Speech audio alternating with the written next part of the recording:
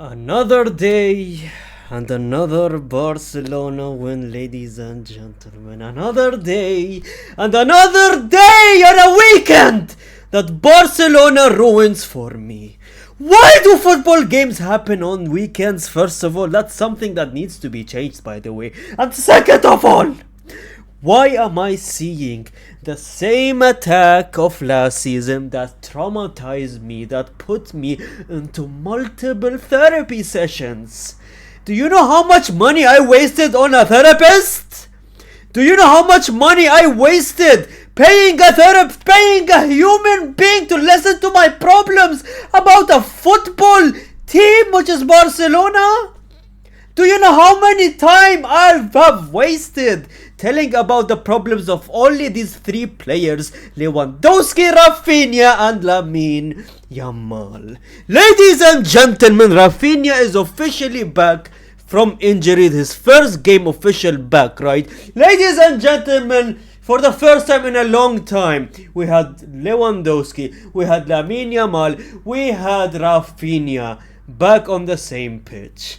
And what happens, you may ask, ladies and gentlemen? First up, I look up the lineup. Obviously, I went into pure depression after seeing this lineup, because this lineup just traumatizes me from top to bottom. The only missing piece right there was Pedri, which he came on in the second half, and Inigo Martinez, which left thankfully to Al Nassr, and that has been their biggest hit and their biggest loss this season, man. You know, Real Madrid is so down bad that we cannot even give a proper loss to Barcelona and make them hurt where it hurts the most. Nope, we had to rely on PSG, we had to rely on Chelsea, and we had to rely on Inigo Martinez leaving Barcelona for them to actually get a hit right there deep down, right? Ladies and gentlemen, the first goal happens by none other than Lamine Mr. Yamal Mansouri, I believe his last name is, but anyways, doesn't matter, man. The amount of times I see this brother's face. I want to apologize to Lamine Yamal actually, because first of all, we sat there saying how his girlfriend ruined his career, right? Saying that Lamine Yamal is not like the Lamine Yamal we used to before, brother. Are you guys judging from that one game against Inter Milan? That Lamine Yamal obviously is not going to be like that every single game. That was an unbelievable performance, solo performance. The most unbelievable solo performance probably I've ever seen in my entire life, man. But anyways, ladies and gentlemen, Lamine Yamal going onto that pitch and scoring every single game, man. I am talking about Lamine Yamal in every single goddamn game, man. The fact that the way he moves the ball, the way he destroys his opponents, yet we went and called him out against Chelsea, for the love of God. Cucurella, he didn't pass the Cucurella test. I mean, Cucurella is an unbelievable left back, first of all. And second of all, when you have the entire team marking down Lamine Yamal, there is not much Lamine Yamal can do in that scenario. But that's beside the case. Look at the stats of this season for Lamine goddamn Yamal, man. He is unbelievable. The fact that he has these type of stats this season, and this is an off season for Lamine Yamal, is genuinely insane. He's having a season of his life. If you give this season to a Rodrigo, for example, you would call him best player in the world. Rodrigo hasn't scored a goal in 29 games. That was his last goal was in March. We are in November, almost December. We're almost entering 2026, and the brother is still stuck in 2025. The brother is as useful as a VAR machine. He just exists on that pitch. You think if they wouldn't give me the choice, you think if they compare a Lamine Yamal with a Rodrigo, same position by the way, same exact role and position and use in a team, right? If you give those stats to Rodrigo, you would say that is the best season of his life. But you give these stats to Lamine Yamal and it's only December. Football started a few months ago, man. He is not even getting called the greatest player in the world right now. They went at him at the Chelsea game and he responded with a goal and an assist. An assist that was scored by Dani Olmo. Brother, Dani Olmo scored 2 goals in this game. Do I need to bring my glasses? Where is my glasses? Danny almost out here scoring in a football game, not once but twice. And who made him score those 2 goals? Bloody Lamine Yamal, one of them. And the second, which is a second player I'm going to talk about, is Raphinha. Now that's later, right? But Lamine Yamal, we do apologize as a football fans. Even your own fans should apologize, because the brother is genuinely still insane. He hasn't lost a single step, man.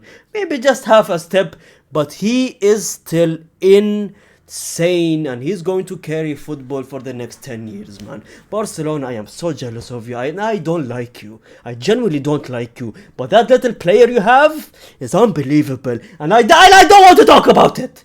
Let's move to Raphinha. Raphinha is back, ladies and gentlemen. An assist, obviously.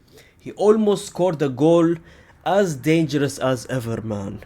The fact that you have these ratings on your screen as well, which is unbelievable as well, right? Raphinha is just so crucial to this Barcelona team. Now, we said sorry to Lamine Yamal, but I want to say sorry to Raphinha, man. Because I feel bad for him. Even as a Madrid fan, I feel bad for Raphinha. The fact that that brother was what in the Ballon d'Or ranking? What was he, 5th or something like that? Was he 5th or what, 6th, 7th? I forgot what it was. And that's embarrassing, because I don't want to even think about it, because of how embarrassing that was, right? The ranking they gave to Raphinha, man. Not even making the top 3 list of the Ballon d'Or after the season he had. Bringing Ronaldo plus Messi type of stats. Prime Ronaldo and Messi type of stats in last season, with a Barcelona team that is getting improved by the day, right? Not the best Barcelona team, but they're getting improved. They had passion, they had chemistry, they played so good. Raphinha carried them, man. And you seeing after he comes back from this injury, this game, man, the energy he had, the way he looked on that pitch tonight, did not look like a person who missed football for the past how many months he has been out? 2 months? 2 months in injury. He comes back and he runs like that. He played with passion. Not only this game, but in the Chelsea game, when he came in the last 20 to 30 minutes, he was the only person out there that was actually trying in that pitch. He was tracking back, taking the ball, trying his best against Chelsea, obviously. And this game, he has been unbelievable, man. He comes back, the team looks back, the team is looking good and better than ever, man. Already bagging an assist, not just an assist. In my opinion, Lewandowski does not deserve that assist because it was all Raphinha's pass. Lewandowski just touched it at the end and then it went to Lamine Yamal, obviously. 2 assists for Raphinha in this game, in my opinion. That is just unbelievable. And you give this brother not even a top 3 in the Ballon d'Or ranking. It's just a disgrace to football, in my opinion. Because not a lot of players can say that they can come back after an injury of 2 months and still bag a man of the match in this game, man.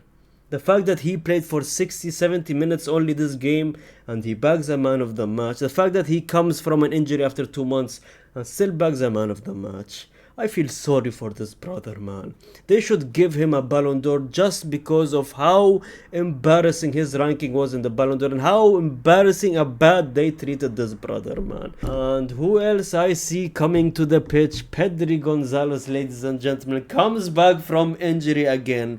Their team is slowly coming back, and Pedri, do I need to say more, man? He comes back, he spins 2 players and then dribbles another 2 players. All that in less than 10 minutes of him coming back. I'm genuinely so close to the state of depression right now. But it's too early to say that I'm depressed, because I will not believe it. I will not believe it until the next game against Atletico Madrid, because I am done of looking and watching this team perform. Me waiting for them to crumble, but nope, they're just right behind us in the league table, man. I wish every game was a Champions League game for Barcelona, man. I swear we would have been so clear at the top. It was just insane. Juan Garcia with unbelievable save this game as well. Oh my god, that is it from my side, man. Oh my god, holiday is coming soon. You know, it's just a nice break and everything. But no, Barcelona just ruins it. Subscribe if you're new to the channel, like the video, comment down, I see every single comment, and gracias amigos.